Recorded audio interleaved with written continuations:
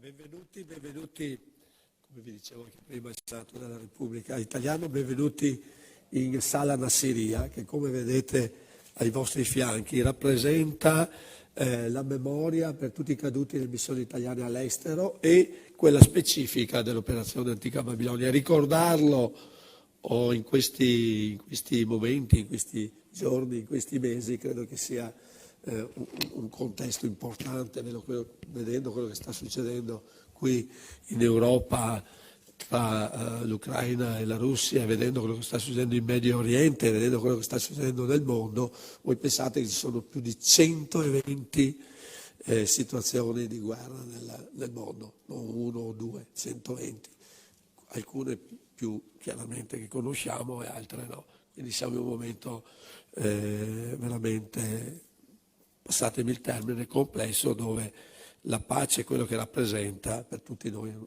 fattore importante. Ma noi oggi andiamo invece a questa conferenza stampa a celebrare l'opera italiana, patrimonio del nostro paese, ma soprattutto vorrei dire patrimonio dell'umanità. Proprio per questo motivo, tra l'altro, l'arte del canto lirico, che non è, come sentite la mia voce, potrebbe essere completamente tutt'altra cosa, ma purtroppo mali di stagione e non solo, è stata iscritta proprio nel dicembre del 2023 nella lista UNESCO del patrimonio culturale immateriale dell'umanità. E questa si è proprio celebrata in Veneto, quindi a casa nostra, diciamo, proprio all'Arena di Verona, tempio, vorrei dire, della lirica veneta italiana e anche internazionale. E credo che questo sia uno degli aspetti veramente importanti dell'opera italiana nel mondo, nella storia, nell'attualità, ma anche nel futuro. E quindi presentarla qui oggi è proprio veramente un piacere e un onore. Vorrei presentare i nostri ospiti che sono qui con noi, a partire chiaramente dal maestro direttore d'orchestra Andrea Ferrari, che tutti noi conosciamo, ma anche qui chi ci sta seguendo anche via internet, nel link, via web, eccetera, vedrà e lo conoscerà, l'ha già conosciuto e lo conoscerà ancora anche nel prossimo futuro. Tra l'altro c'è una presenza di sindaci, amministratori del territorio, rappresentanti del territorio, anche dei nostri mondi, della nostra società, vorrei dire, no? E quindi credo che questo sia un aspetto veramente importante della giornata di oggi. Parto con i relatori, il sindaco di Conselve Umberto Perilli, che ringrazio, il sindaco di Tribano Massimo Cavazzana, il consigliere comunale di Arre Alberto Sturaro, e si collegherà, credo, poi abbiamo un suo video con il vice sindaco di Padova Andrea Michalizzi, e poi ci sarà, ma questo lo lascio a lui dire, poi un importante maestro e compositore a livello internazionale, che lo lascio così a presentare poi al nostro maestro Andrea Ferrari. E poi saluto tutti voi che siete qui presenti, che ci avete raggiunto oggi a questa conferenza stampa. Tra l'altro quest'anno ricade un altro importante anniversario, che è quello di 100 anni della morte del maestro Giacomo Puccini. Direttore, lei lo sa bene, meglio di tutti noi, ma credo che sia un nome conosciuto a livello, vorrei dire, internazionale oltre che nazionale. Quest'anno lei, maestro, è stato direttore artistico a Padova del Festival delle Mure, a Conselve della Fiera di Sant'Agostino, dove ci siamo tra l'altro incontrato, che ha introdotto per la prima volta, tra l'altro, lì la musica lirica, con una serie di eventi dedicati proprio al compositore Puccini. E questo fa onore alla città di Conselve e a tutta Padova. E proprio a Padova, il 24 settembre, è stato promosso un concerto, Venire a te Francesco, con l'esecuzione della Messa di Gloria di Giacomo Puccini. Leggo perché non bisogna assolutamente errare in questi contesti, e credo che questo sia un altro degli aspetti importanti. E poi dove sono state eseguite proprio anche lì tutta una serie di colonne sonore, eccetera, importanti che poi andremo a vedere. E credo che questa sia un aspetto importante di come viene rappresentata l'opera italiana nel mondo.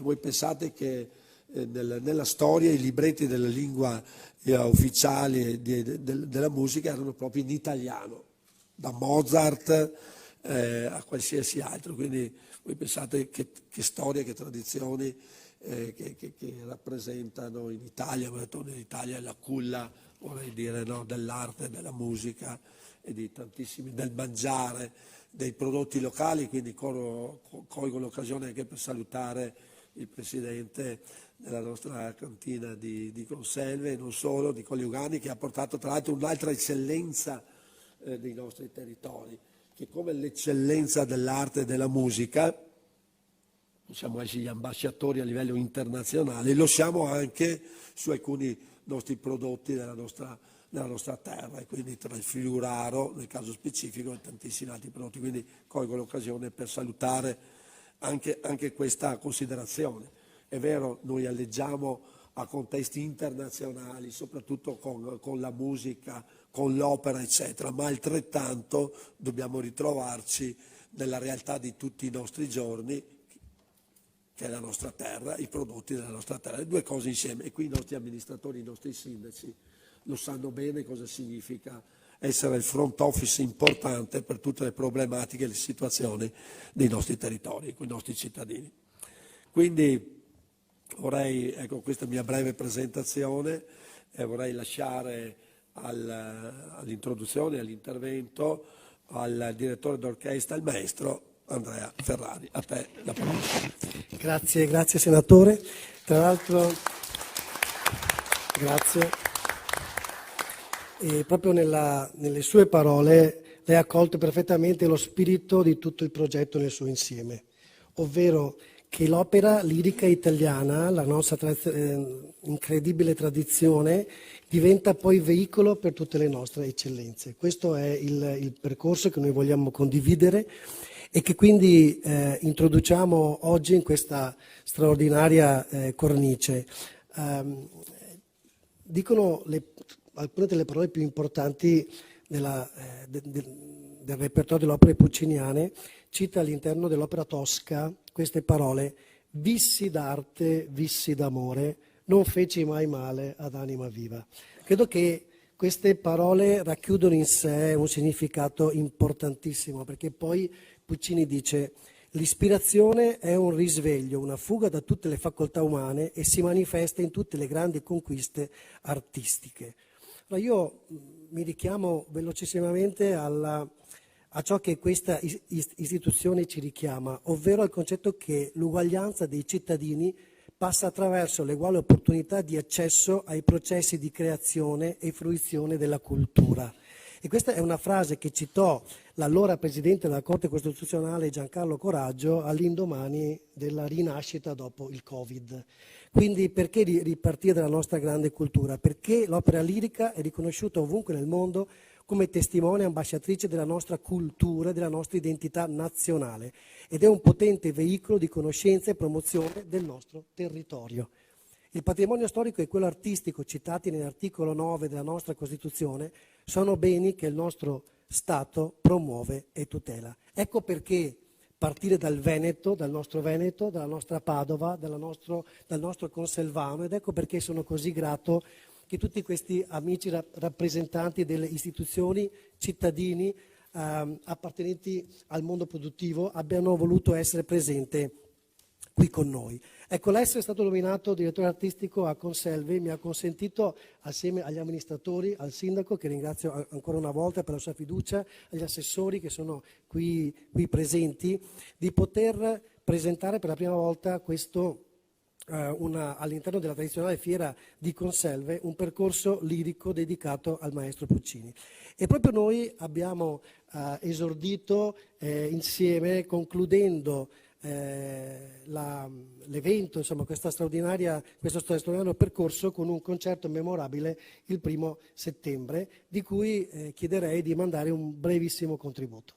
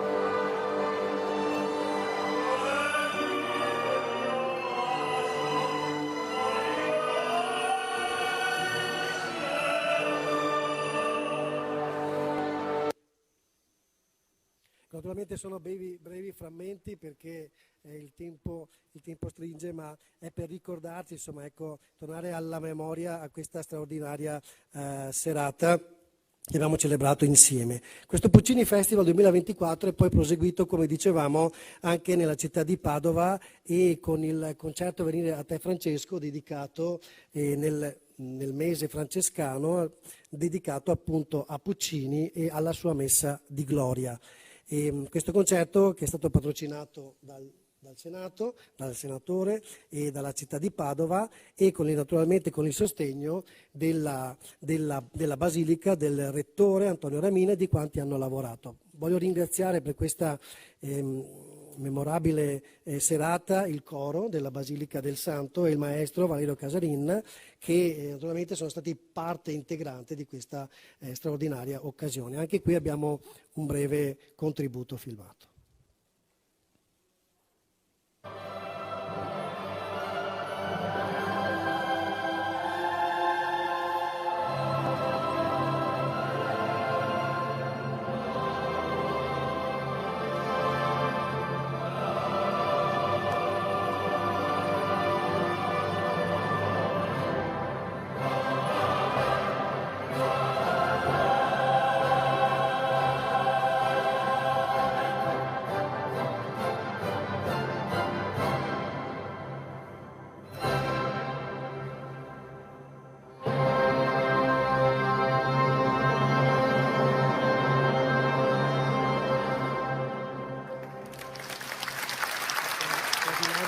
Scenario che è la Basilica del Santo,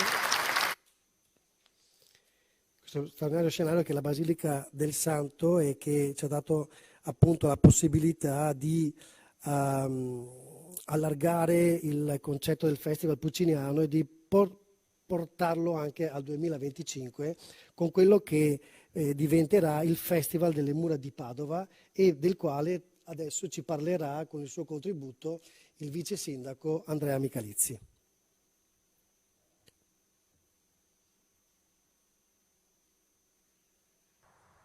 Il Festival delle Mura 2025 è una grande occasione per promuovere l'opera italiana patrimonio mondiale dell'UNESCO, ma è anche l'occasione per promuovere un grande patrimonio di storia, un grande patrimonio monumentale, ma anche un grande patrimonio di natura che sono le mura della città di Padova, le nostre mura del Cinquecento. Padova è circondata, abbracciata nel suo centro da 11 km di cinta muraria e sono per noi un'occasione che, oltre a rimembrare il passato di una fortificazione che all'epoca aveva scopi militari, oggi invece rappresentano un'opportunità per la città di percorsi che in questi anni sono anche in via di restauro, percorsi che uniscono e circondano il centro con spazi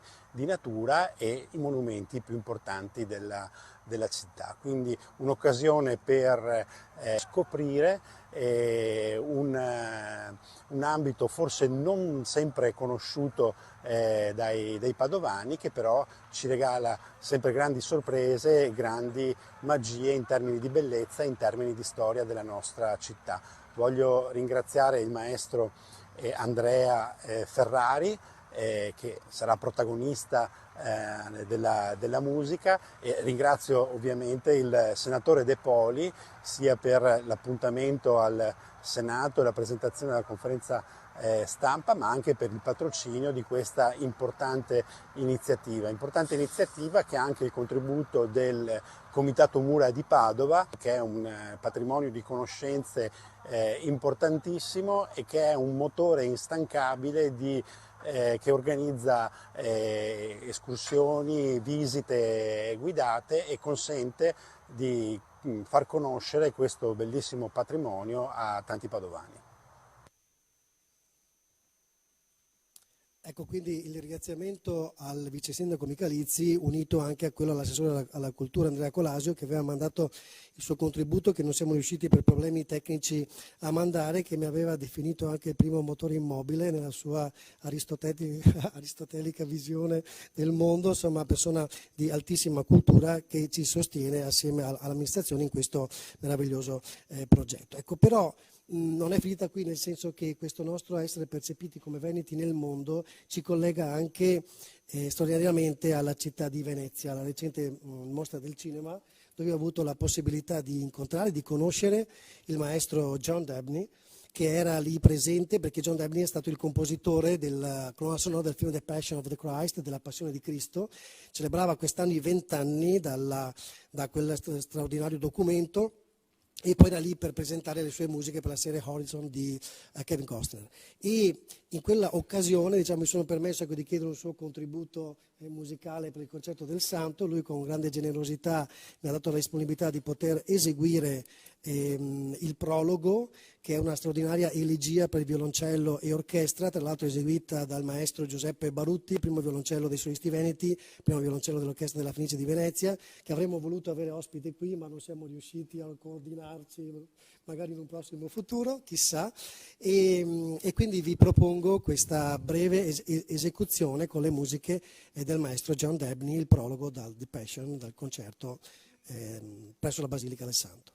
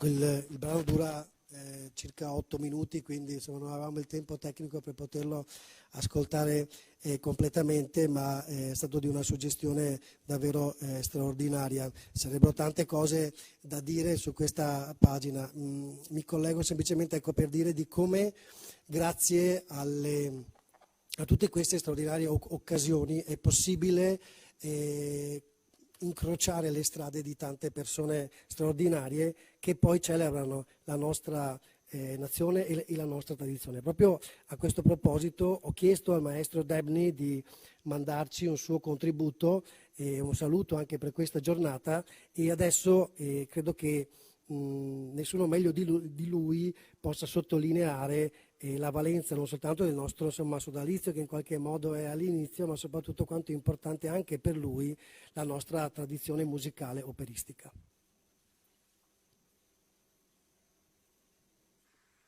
Good morning, my dear Italian friends. It's such an honor to be at this very special press conference. Special thanks to Senator Questor Antonio De Poli who welcomes us in this amazing room. I met Maestro Andrea Ferrari this year in Venice on the occasion of the cinema exhibition.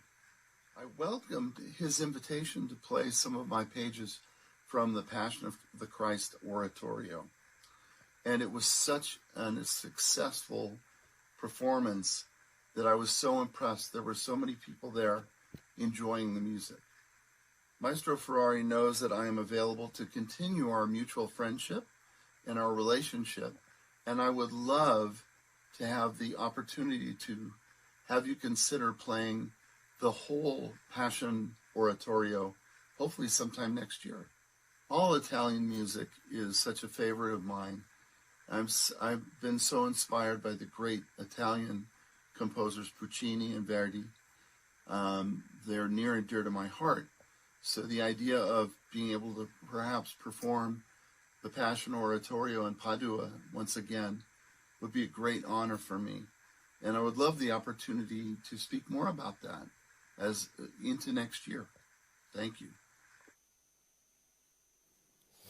Direi che è chiaro che i compositori magari noi conosciamo da italiani, come è giusto che sia, il nostro grande Ennio Morricone, e quindi è ovvio che riconosciamo in lui il più grande compositore di colonne sonore, però vi garantisco che John Debney è un artista straordinario del grande panorama contemporaneo di compositori. Avere il suo sostegno significa proseguire questa collaborazione e renderla proficua nel tempo. E lui ha riconosciuto la sua vicinanza con la grande opera italiana, e Puccini, Verdi. Noi anche proprio nel nostro concerto a Conselve abbiamo ricordato questa similitudine e queste note prese, come dire, a prestito da grande John Williams per la sua colonna sonora di Guerre Stellari. E quindi davvero è l'opera italiana che nel tempo da sempre diventa motivo per costruire, diciamo, ecco, ponti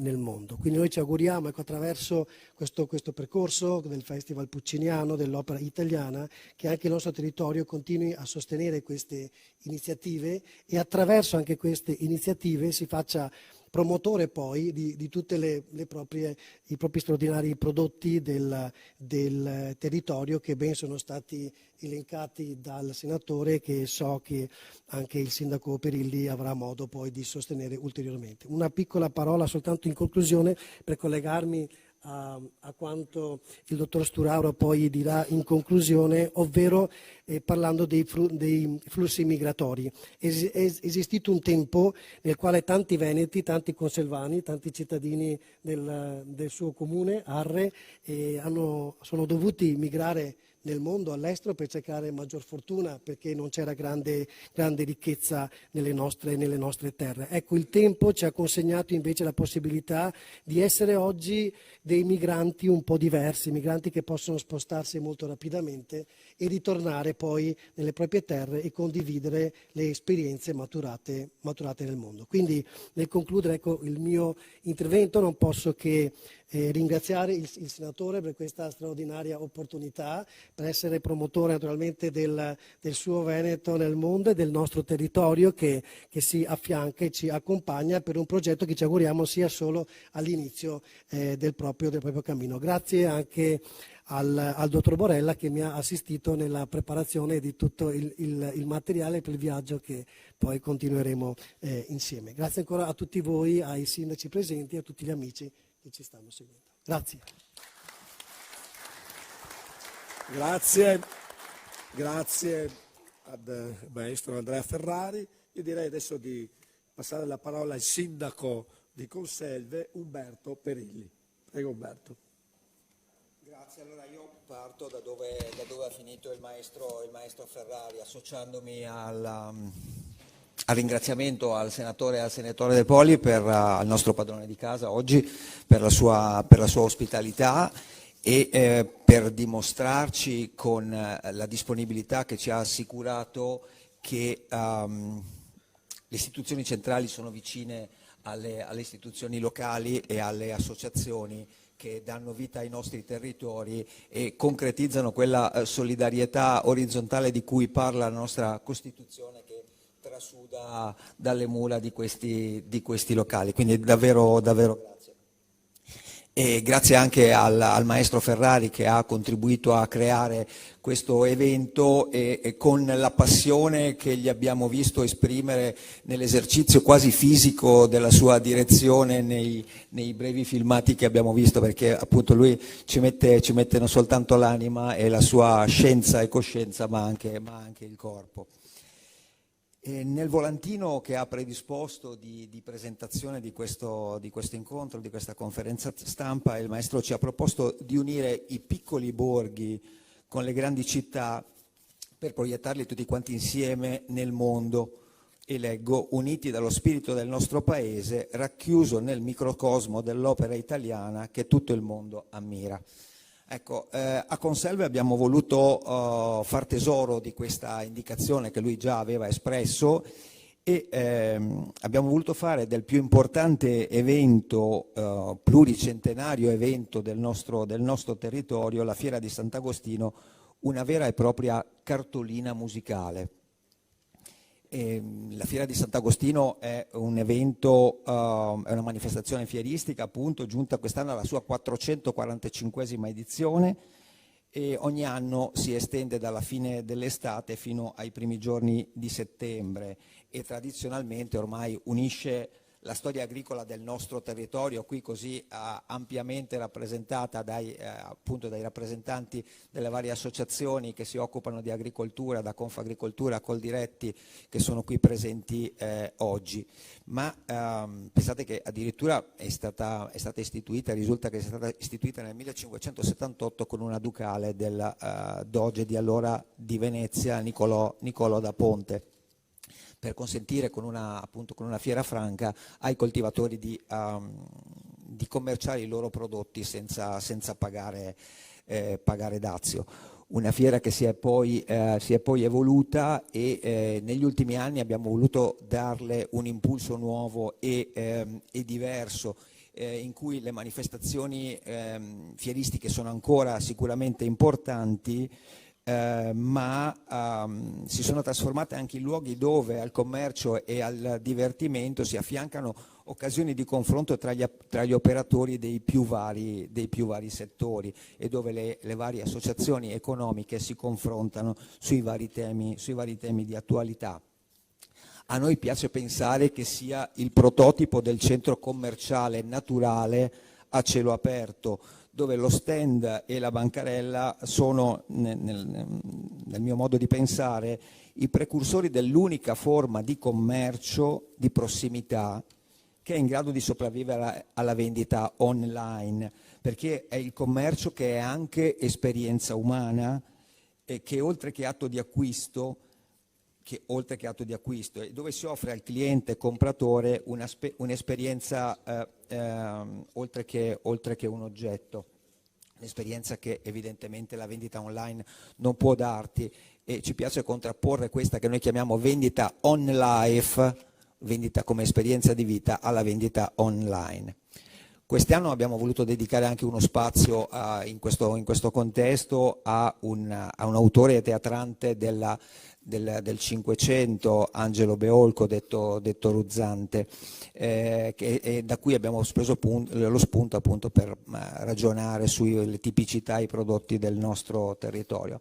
Ma come dicevano prima nella loro presentazione, nella loro introduzione, sia il senatore De Poli che il maestro Ferrari, il vero valore aggiunto di quest'anno è stato la contaminazione tra il format tradizionale della fiera e l'inserimento di tutta una serie di eventi dedicati alla musica lirica, gestiti e diretti direttamente dal maestro Ferrari e dai suoi collaboratori, musicisti e cantanti, che hanno dapprima intervallato i vari momenti della settimana con l'esecuzione di opere di arie tratte dalle opere di Puccini, e per poi concludere con il concerto finale del 1° settembre, di cui abbiamo visto le immagini.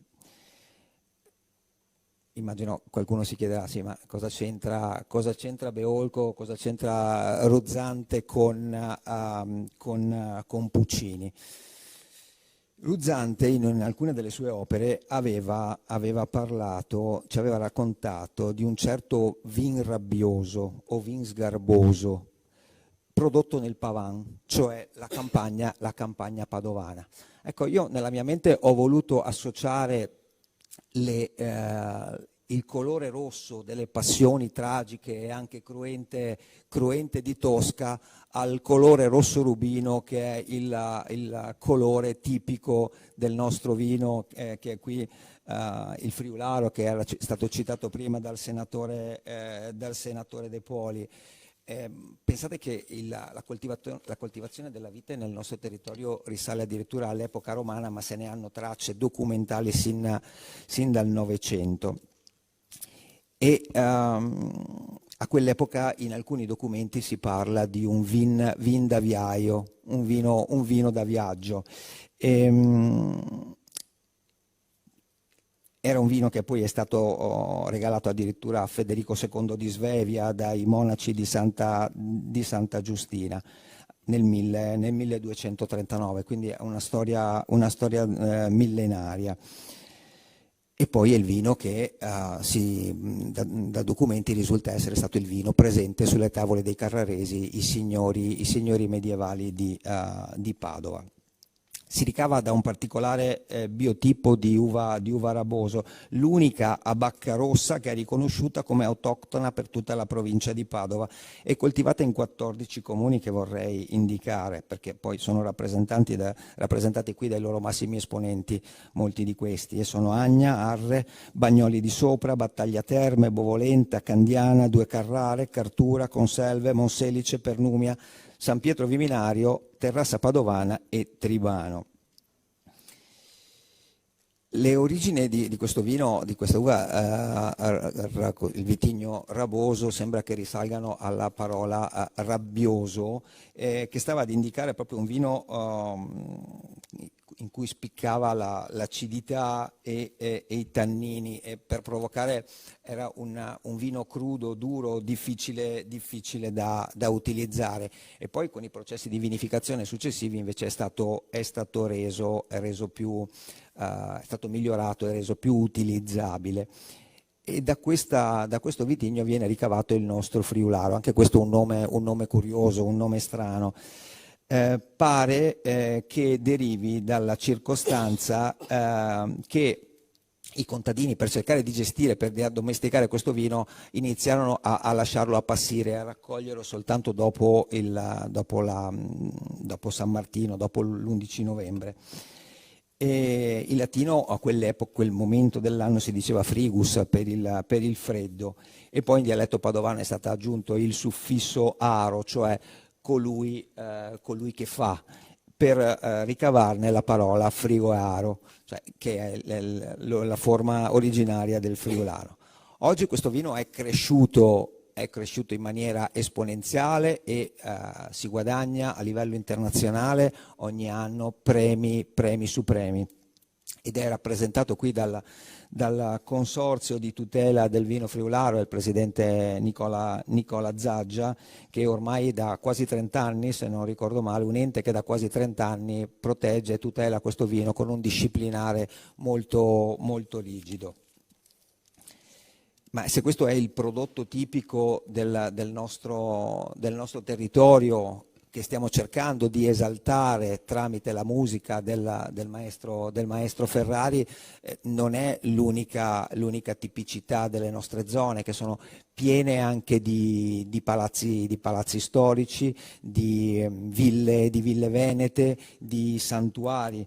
E mi piace ricordare Villa Marin ad Arre, Villa Renier Cavalli e Garzoni Michiel Carraretto a Candiana.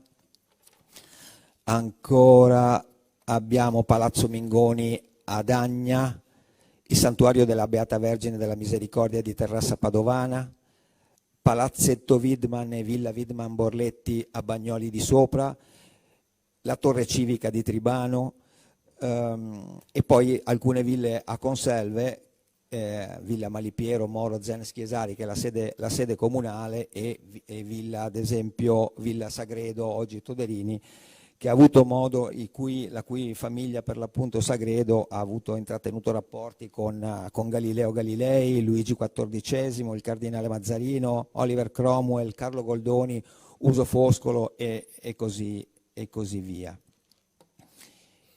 Adesso un nuovo percorso inaugurato dall'amico Massimo, che è qui vicino a me, di esaltazione del nostro territorio, è l'individuazione del tracciato della strada Romeo-Germanica, la più importante delle strade dei pellegrini che raggiungevano dall'Europa del Nord, dalla Germania l'Italia, con un tracciato di oltre 2000 chilometri, 94 tappe, di cui oltre 40 sono in Italia. Ecco, quindi direi che posso finire, perché altrimenti la passione per il nostro territorio che il maestro Ferrari con il suo entusiasmo è riuscito a ulteriormente spingere, e direi che finisco da dove ero partito, cioè ricordando proprio le tue parole, maestro, la tua esortazione a unire i piccoli borghi che rappresentiamo qui tutti quanti con gli amministratori presenti e le città più grandi, come ad esempio Padova, che abbiamo sentito prima rappresentata dall'assessore Michalizzi, grazie all'apporto conoscitivo, al volano straordinario costituito dalla musica che tu rappresenti. E chiuderei ricordando le parole di un poeta tedesco che mai sono più appropriate che in questo momento, cioè dove le parole finiscono inizia la musica, e quindi io me ne sto zitto e tocca a te adesso.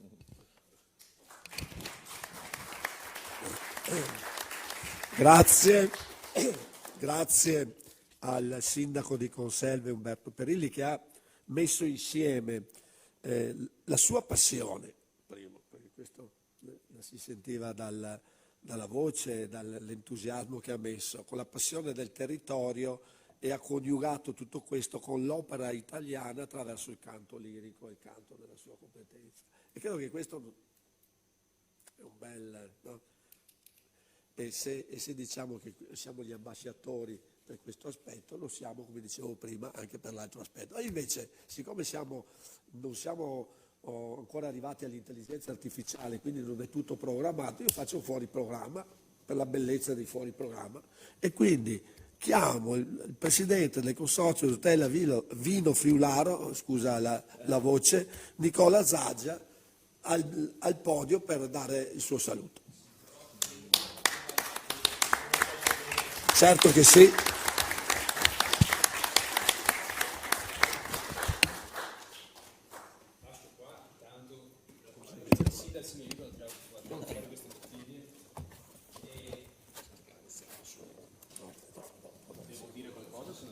Prego, al microfono, al podio. Addirittura, vabbè. Questa è una cosa totalmente improvvisata, quindi perdonatemi se magari mi ripeto su qualcosa che è stato detto dal senatore o maestralmente anche dal nostro sindaco Umberto Perilli.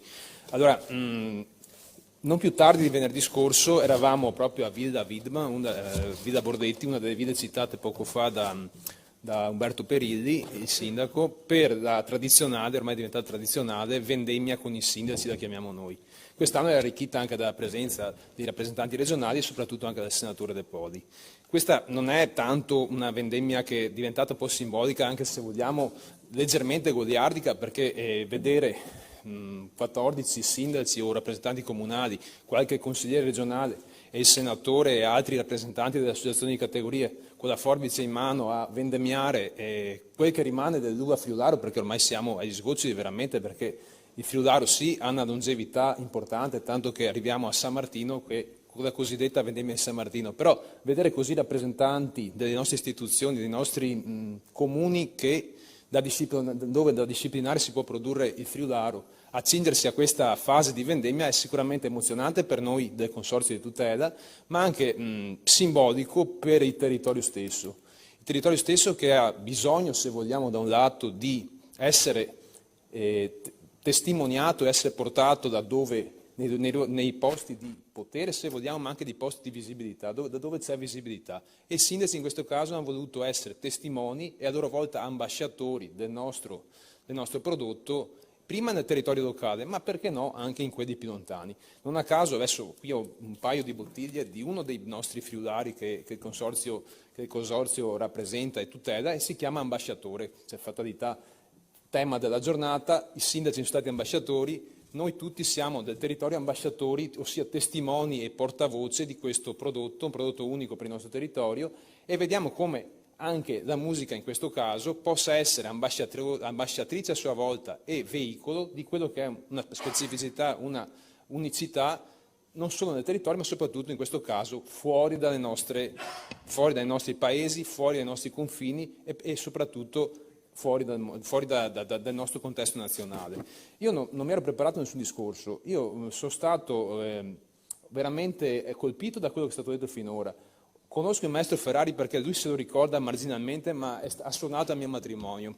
Quindi io l'ho conosciuto in quel contesto là, però ho visto che ho uno zio che una volta cantava opere liriche, cantava anche nelle corali del mio paese, come l'ha visto è corso a salutarlo, cioè, praticamente lui non ha dato tanta giustamente retta a noi sposi, ma è corso a salutare il maestro Ferrari come fosse per lui un'istituzione, per lui un punto di riferimento, ed io ho capito veramente che il maestro è una persona sicuramente referenziata, una persona che poi l'ha dimostrato con quello che abbiamo visto il 1° settembre a Conserve, ma anche nelle serate precedenti di fiera, con i suoi intrattenimenti musicali, essere veramente tutelato e essere veramente capace e da buon testimone, buon ambasciatore nel mondo delle tipicità, ma soprattutto anche di quello che vuole essere il messaggio della musica, dell'opera italiana, così come noi facciamo con i nostri prodotti tipici, testimone di quella che è la nostra italianità nel mondo. Con il senatore De Poli stavamo discutendo un'idea per l'anno prossimo, vediamo se riusciamo in qualche modo far sì che il nostro friularo possa in qualche modo festeggiare decorosamente, dignitosamente quello che sarà il suo 30° anno dalla costituzione del consorzio. Dico solo ai sindaci e agli amministratori e alle associazioni di categoria di tenersi libero per il prossimo anno, perché se ne vedremo, insomma, speriamo delle belle. Io non so cos'altro dire, vi ringrazio i relatori e auguro un buon proseguimento del convegno. Grazie a Nicola Zaggia. Non era preparato perché è vero, però insomma non aveva problemi nel parlare. Dopo vi faccio ancora qualche sortito in mezzo, perché qui ci sono assessori, consiglieri, vice sindaci, appartenenti al consorzio, un po' di gente, quindi vado a flash per la bellezza della diretta. Allora, adesso diamo la parola invece al sindaco di Tribano, Massimo Cavazzano. Allora, buongiorno a tutti. 2 microfoni addirittura. Sintesi però. Sintesi. Allora, io voglio raccontarvi invece una storia per dirvi che i sogni si trasformano in fantasia. Quando sono diventato sindaco, era già da un po' di tempo che io e il mio parroco facevamo i cammini, quindi siamo andati a Compostela, abbiamo fatto il Cammino Celeste, la Via degli Dei e via. Facendo questi cammini dice, ma cosa hanno di differenza i nostri territori per alcuni aspetti rispetto a quelli che siamo andati a fare? Molto poco, perché ci sono i valori, ci sono i contenuti, ci sono gli aspetti architettonici, abbiamo l'enogastronomia, abbiamo la viticoltura, abbiamo la passione, abbiamo una parte di attività artistica significativa. E così partiva un'idea che poi si è trasformata in realtà. Appena diventato sindaco, guardando bene il nostro percorso, passava da noi la via Romea Germanica. Nessuno la conosceva, io ho fatto un'analisi storica e qua grazie anche a Polo, un ex sindaco di Anguillara, abbiamo fatto una valutazione e ci siamo accorti che c'era un errore storico e facendo ricorso abbiamo ottenuto nel nostro comune 6 chilometri di via Romea Germanica. Questo però è stato premonitore perché 2 mesi dopo la via Romea Germanica diventava cammino d'Europa. In Italia abbiamo 2 cammini d'Europa, abbiamo la via Francigena e la via Romea Germanica.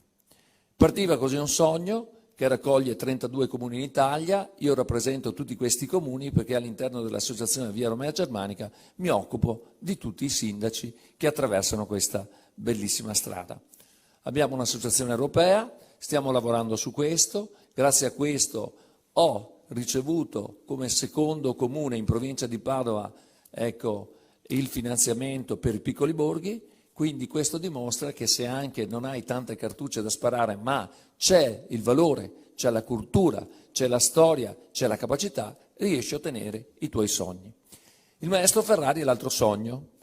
Naturalmente quando si invita uno come maestro Ferrari, minimo viene con 40 artisti. 40 artisti, anche se li paghi 30 euro l'uno, viene fuori un numero. La capacità dove sta? Ci sono 2 grandi potenzialità che sono quelle del nostro vivere. Primo, avere persone appassionate che possono accontentarsi di dirigere 2 orchestre a Londra e di venire anche nei weekend nella sagra del paese a portare, la tradizione dell'opera. Cosa fantastica, Cosa però non ovvia, perché nelle nostre scuole si suona ancora il flauto. Quindi Antonio, ti invito a trasformare il flauto in qualcosa di diverso. L'opera fa parte della nostra storia. Se noi la valorizziamo, se la facciamo entrare negli stili di vita, insieme a tante altre cose, danno un valore aggiunto. E questo dà valore aggiunto al territorio. Cos'è che fa differenza nella vita di tutti i giorni? In un paese in cui il 70% delle persone non ama quello che fa? La differenza la fa la voglia di vivere nel tuo territorio, di viverlo fino in fondo, di starci bene e di avere dei contenuti. Noi siamo il primo comune in Veneto ad avere avuto l'accreditamento per il comune attivo. Cosa significa essere un comune attivo? Rendere le persone capaci di vivere la loro vita nella capacità e nella salute, nella possibilità di mangiare meglio, nella capacità di vivere meglio, di camminare meglio, di meditare meglio, di ascoltare meglio la musica in questo caso e di rendersi conto di tutte le opportunità che abbiamo. Viviamo in una società in cui la velocità è qualcosa di ipersonico e perdiamo il gusto della vita. Ci rendiamo conto di quello che abbiamo solo quando ci fermiamo. Quindi, come lavorare tutto questo nel territorio? Si lavora in rete. Prima cosa, gli amministratori devono rendersi conto delle qualità e delle potenzialità che hanno nei propri comuni. Noi ne abbiamo tante potenzialità, abbiamo il Conselvano, ma abbiamo anche il Monselicense, abbiamo i Colli Ugani, abbiamo le Stense, nelle Stense abbiamo ad esempio un museo nazionale e così via. Tutto questo deve essere rete, tutto questo deve diventare rete. La capacità di tutto questo deve entrare e permeare ogni singolo cittadino del nostro territorio, ogni singolo ragazzo delle nostre scuole. In una delle realtà d'Italia tra le più preoccupanti per decremento demografico non possiamo perdere nessun colpo. Noi siamo la valorizzazione. Cosa significa? Io ho la moglie americana, vado spesso negli Stati Uniti e ogni tanto vado a vedere qualcosa di storico degli Stati Uniti. Bene, si mettono in colonna per vedere qualcosa che ha 30 anni, 40 anni. Viene da ridere. Eppure paghiamo per vedere cose di questo genere $30-40, tanto per essere chiari. Noi spostiamo la testa, troviamo storia in ogni parte. Il problema è che noi non la conosciamo. Quello che ha detto Umberto in termini pratici, se noi lo traduciamo nel territorio, è poco conosciuto. La musica classica è poco conosciuta. Ci sono le eccellenze dei conservatori, con gente che fa la fame per fare delle serate, per cui portano questa conoscenza al territorio, ma noi non riusciamo a tradurre questo territorio, ad esempio, all'interno della scuola. E questo è gravissimo, perché se voi andate in Austria, se andate in un teatro, la prima cosa che mi sono accorto è che ci sono dei pali d'acciaio davanti al palco e quelli servono ai ragazzi perché hanno costo ridotto e possono vedere il concerto. Da noi questo non si immagina nemmeno. Eppure siamo i fautori di quella storia, eppure abbiamo scritta quella storia, eppure abbiamo gli autori più belli del mondo. Quindi cosa manca? Manca la marcia in più e la capacità nostra di andare a sponsorizzare tutto questo. Il nostro territorio questo ce l'ha, ce la stiamo mettendo tutta, stiamo stimolandoci reciprocamente perché questo venga fatto. L'abbiamo fatto noi nel nostro piccolo comune, siamo un comune che in questo momento ha 3-4 attrattive, stiamo facendo diverse cose, però può essere replicato in ogni comune della Bassa. Basta crederci, basta dare delle priorità e soprattutto basta, tra virgolette, mettetela così, vendere quello che già abbiamo, altro che non ci rendiamo conto di avere. Quindi, grazie alla Comunità Europea abbiamo messo a posto 5 fattorie, 2 di queste hanno capacità storica infinita, torni indietro nel tempo di 200 anni. Grazie alla Comunità Europea abbiamo preso il bando Piccoli Borghi, l'abbiamo messo in moto, grazie proprio al bando Piccoli Borghi, allo Stato, abbiamo dato la possibilità a 8-10 aziende di fare attività, microattività sempre collegate a questo. Grazie a questo abbiamo fatto una rete tra comuni, da Battaglia Terme fino ad Anguillara Veneta, un percorso rimesso a posto della via Romea Germanica. Quest'anno sono arrivati tedeschi da Stade. Nessuno ci credeva, eppure sono arrivati. Si sono trovati bene e hanno creato un meccanismo di tantam. Tutto questo serve. La qualità dei nostri vini, la qualità dei nostri prodotti, che non dobbiamo dimenticare, ne abbiamo veramente tanti nel nostro territorio, la patata americana, la patata dolce, tutto quello che volete mettere dentro, l'asparago, insomma abbiamo delle cose eccezionali di cui l'Italia è piena, quindi se noi riusciamo a farlo in una realtà come la nostra, dove praticamente ci eravamo dimenticati di tutto quello che avevamo, possiamo farlo ovunque e questa è la risorsa su cui dobbiamo puntare. Quindi, dal punto di vista pratico, fare rete è la cosa più importante, mettere insieme gli stili di vita è una cosa fondamentale. Dobbiamo crederci, il marketing viene fuori in automatico, l'altro aspetto è la qualità della vita, perché se noi non sviluppiamo la qualità della vita, conseguentemente non riusciamo a sviluppare la nostra economia e la nostra più grande economia è di vivere bene all'interno del nostro territorio e arrivare ai nostri 95 anni, oggi in Italia si vive 84 anni di media, però il problema qual è? Che da 62 anni iniziamo ad avere un sacco di rogne e l'80% della nostra spesa sanitaria va là.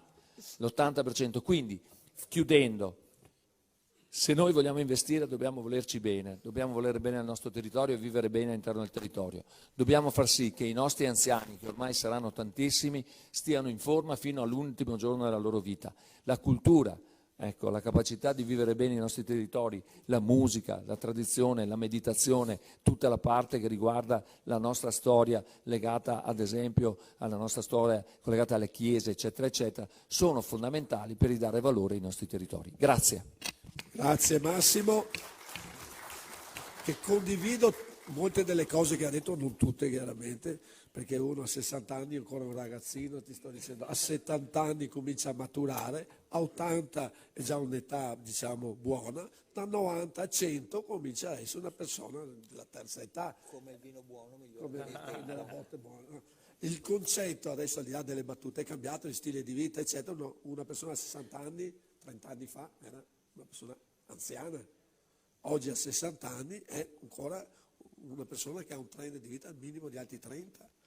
È cambiata la società, sono cambiati gli stili, sono cambiate le cose, però il territorio rimane e c'è l'evoluzione del territorio e questo è quello che ha voluto, credo dire, Massimo, dove se uno ha l'amore e il sogno di fare le cose, di far sì che quelle che sono le cose del tuo territorio, saperle valorizzare in tutti i sensi, noi abbiamo troppe cose in Italia, non solo del territorio della Bassa Padovana, in tutta Italia. Avendone troppe non ce ne accorgiamo che le abbiamo e quindi le lasciamo tutte lì. Invece bisogna cominciare a lavorarci perché da alcuni esempi che sono stati fatti possiamo far sì che quel territorio abbia un contesto di sviluppo, di turismo e di tutto quello che ne consegue fondamentale in tutti i settori, musica, arte, fattori enogastronomico, abbiamo sentito tutto il fattore del vino, fattore anche di un turismo slow, lento, che per tutte, dai cammini a tutto il resto, le bellezze naturali che ci sono, città murate,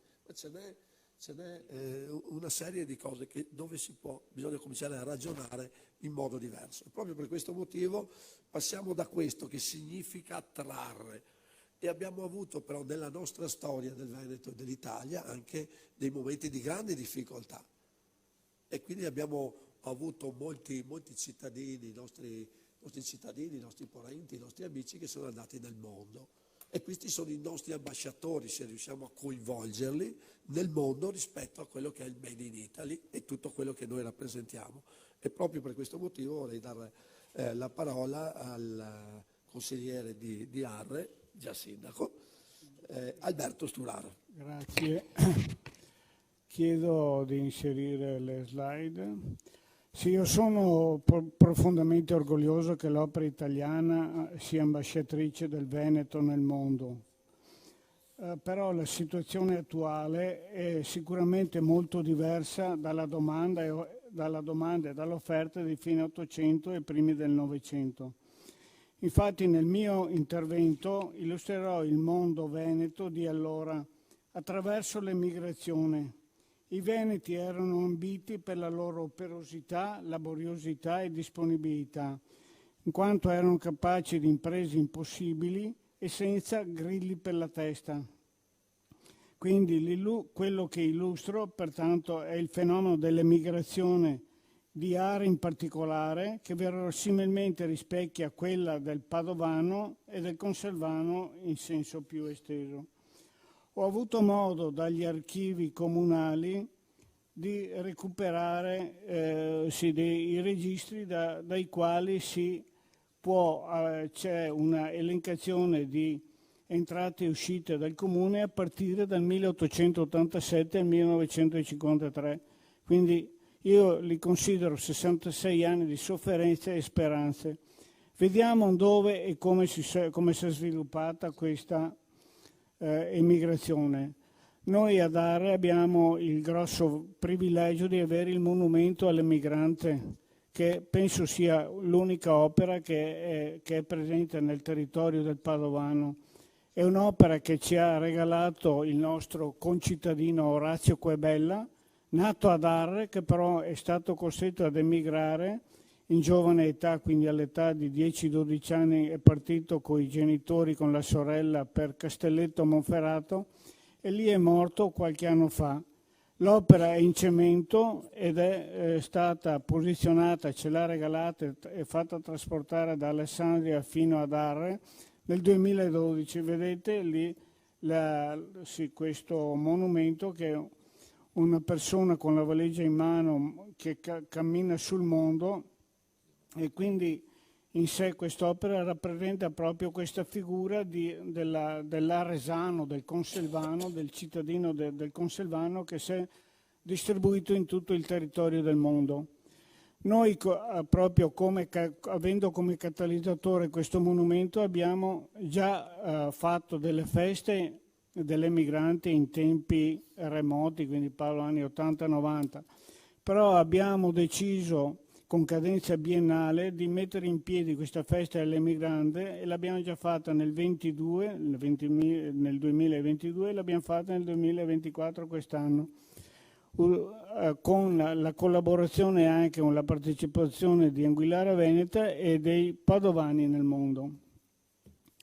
Fra l'altro, in occasione della festa del 2022, un artista che è nato a Calto in provincia di Rovigo ci ha regalato quella opera lì in terracotta che riguarda, il titolo è Saluti del sindaco e benedizione dei migranti in partenza per le Americhe.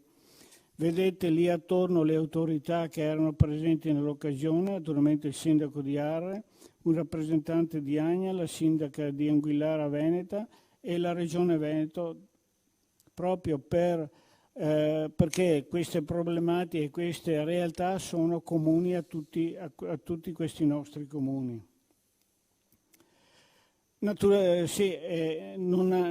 Abbiamo coinvolto anche, come vi ho detto prima, l'associazione Padovani nel Mondo, e qui riporto così per titolo di cronaca la statistica dei premiati per comune dai padovani nel mondo. Questo riguarda la finestra 1973-2013, quindi 40 anni, e orgogliosamente vedo che Arre ha avuto 7 immigrati che sono stati premiati con una medaglia a questa associazione, perché nel territorio dove si sono spostati paesi dell'Europa o anche dell'America Latina hanno mostrato di inserirsi perfettamente e di essere competitivi e proprio di trasferire il saper fare del Veneto anche in quelle realtà lì così lontane.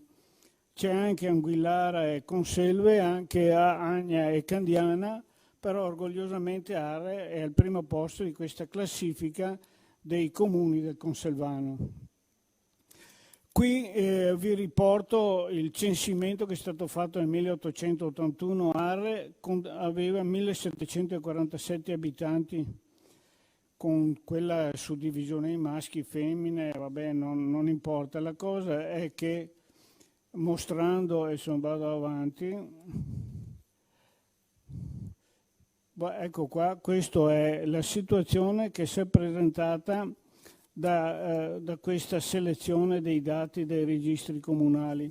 Praticamente Arre ha avuto negli anni 1888 e 1891 due picchi di emigrazione.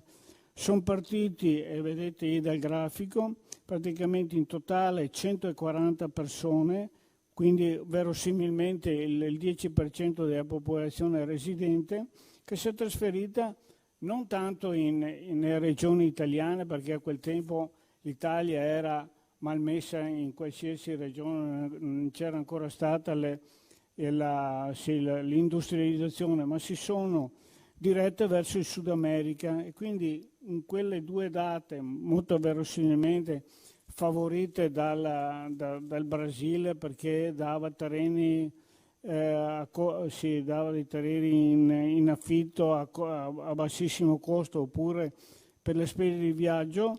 C'è stato questo importante trasferimento di italiani, di arresani. Penso che la situazione, sì, c'è, il grafico porta in azzurro le famiglie, in rosso le persone, quindi vedete il numero sostanzialmente non sono tante persone, 10, 15 o 21, 22, però la botta che ne ha subito la popolazione di Ara è stata effettivamente la perdita di un 10%. Questa invece è la situazione, e quindi vedete che la linea azzurra più bassa, che è 185 totale, rappresenta questo trasferimento in America dal 1887 al 1901. Poi c'è stata un calo considerevole, perché vedete dal 1902 al 1921 solo 2 persone se ne sono andate. La cosa ha ripreso però con altri obiettivi dal 1932 al 1951, trasferendo in totale 128 abitanti, però quasi tutti sono andati in Francia, altri paesi d'Europa 4, in Africa colonie, perché in quel tempo lì avevamo anche l'impero 24, e situazioni più modeste invece in America del Sud. Questa invece è la situazione che si è verificata ad Arre per quanto riguarda la situazione migrazione nelle regioni d'Italia. Effettivamente, quando ha cominciato l'industrializzazione dopo la Prima Guerra Mondiale e soprattutto dopo la Seconda, c'è stato un incremento di spostamento di Veneti verso le regioni Lombardia e Piemonte. E vedete, nei primi anni del 1900 la cosa è molto modesta, fino al 30 sono andati via 4 gatti, la cosa comincia ad avere un peso del 31 fino al 53, che è l'anno ultimo che io ho analizzato. Questa è invece la distribuzione a livello di regione. L'asta azzurra rappresenta il numero di famiglie che sono partite, quella arancione quante persone se ne sono andate in quella regione, e invece l'istogramma sulla destra rappresenta le famiglie che si sono stabilizzate nel centro, nel capoluogo della regione. Quindi vedete che su 101 famiglie che sono partite, che sono andate in Piemonte, solamente 38 si sono sistemate a Torino. Quindi è segno che hanno mantenuto un po' le caratteristiche di essere agricoltori, essere piccoli artigiani, quindi persone con grande manualità che hanno preferito delocalizzare e trasferirsi in ambienti dove c'era effettivamente il lavoro, e non in città dove le situazioni offerte di tipologie di lavoro erano completamente diverse. Qui vediamo esattamente come è stata la distribuzione, quindi il Piemonte ha fatto la parte del Leone, la Lombardia al secondo posto, un po' la regione Lazio, non si sa perché, e dopo via via è andata a sfumare un po' verso altre regioni, soprattutto sì, c'è stato un piccolo picco nel caso del Trentino Alto Adige, per i motivi che lì c'era bisogno di diluire la popolazione tedesca, e quindi l'operazione è stata anche un po' forzata.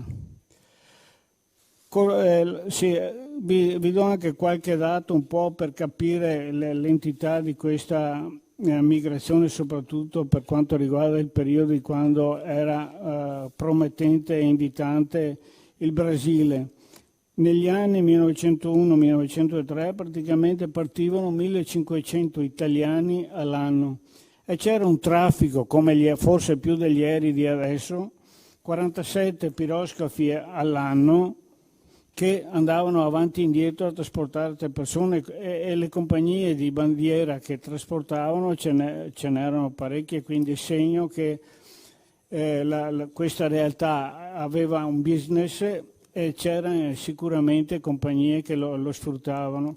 Anche se vedete sul lato destro della slide il costo per poter arrivare a Rio de Janeiro e Santos con la compagnia nazionale costava 160 lire, che tradotte in euro, 100 lire fanno 450 euro, quindi era una spesa non indifferente.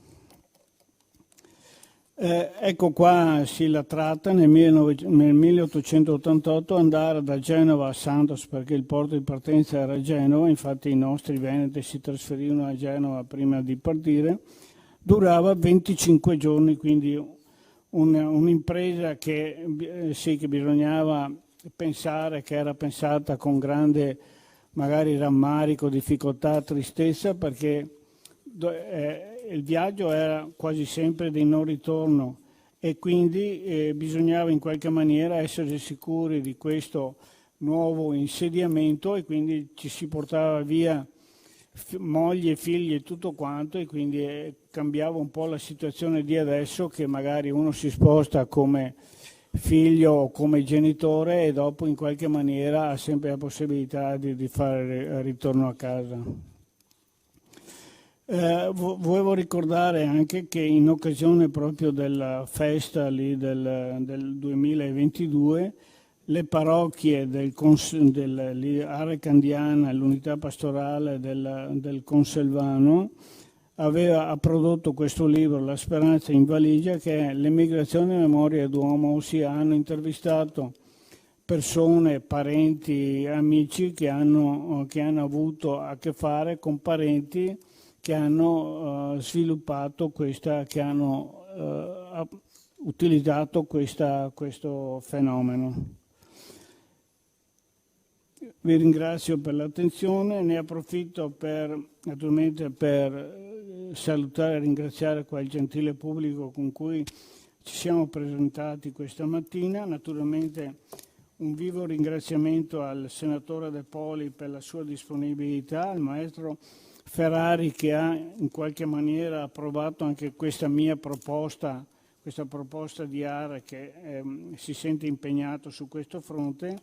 E naturalmente porto anche i saluti del sindaco Michele Teobaldo, che è stato ben felice di appoggiare questa iniziativa anche con questa nostra peculiarità. Grazie.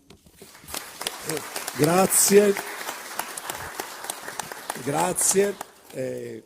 Allora chiudiamo questa conferenza stampa, che abbiamo un po' siamo andati oltre i termini della conferenza, siamo andati un po' lunghi, però sempre un piacere. Intanto ringrazio il maestro Andrea Ferrari per l'organizzazione, che è stata un po' un'organizzazione particolare, se avete visto, perché siamo partiti dall'opera italiana, tutti pensavano che facessimo una cosa, invece poi siamo andati dell'opera, di quella che è la realtà dei nostri territori e della storia di ognuno di noi, quindi è stata un po' variegata rispetto a un contesto ben specifico, ma che raccoglie chiaramente un po' tutta la situazione rispetto a quell'idea di ambasciatori e di territorio che può essere chiaramente importante nella crescita di ognuno di noi e di quello che rappresentiamo. Quindi grazie al sindaco di Conselve Umberto Perilli, grazie al sindaco di Tribano Massimo Cavazzana,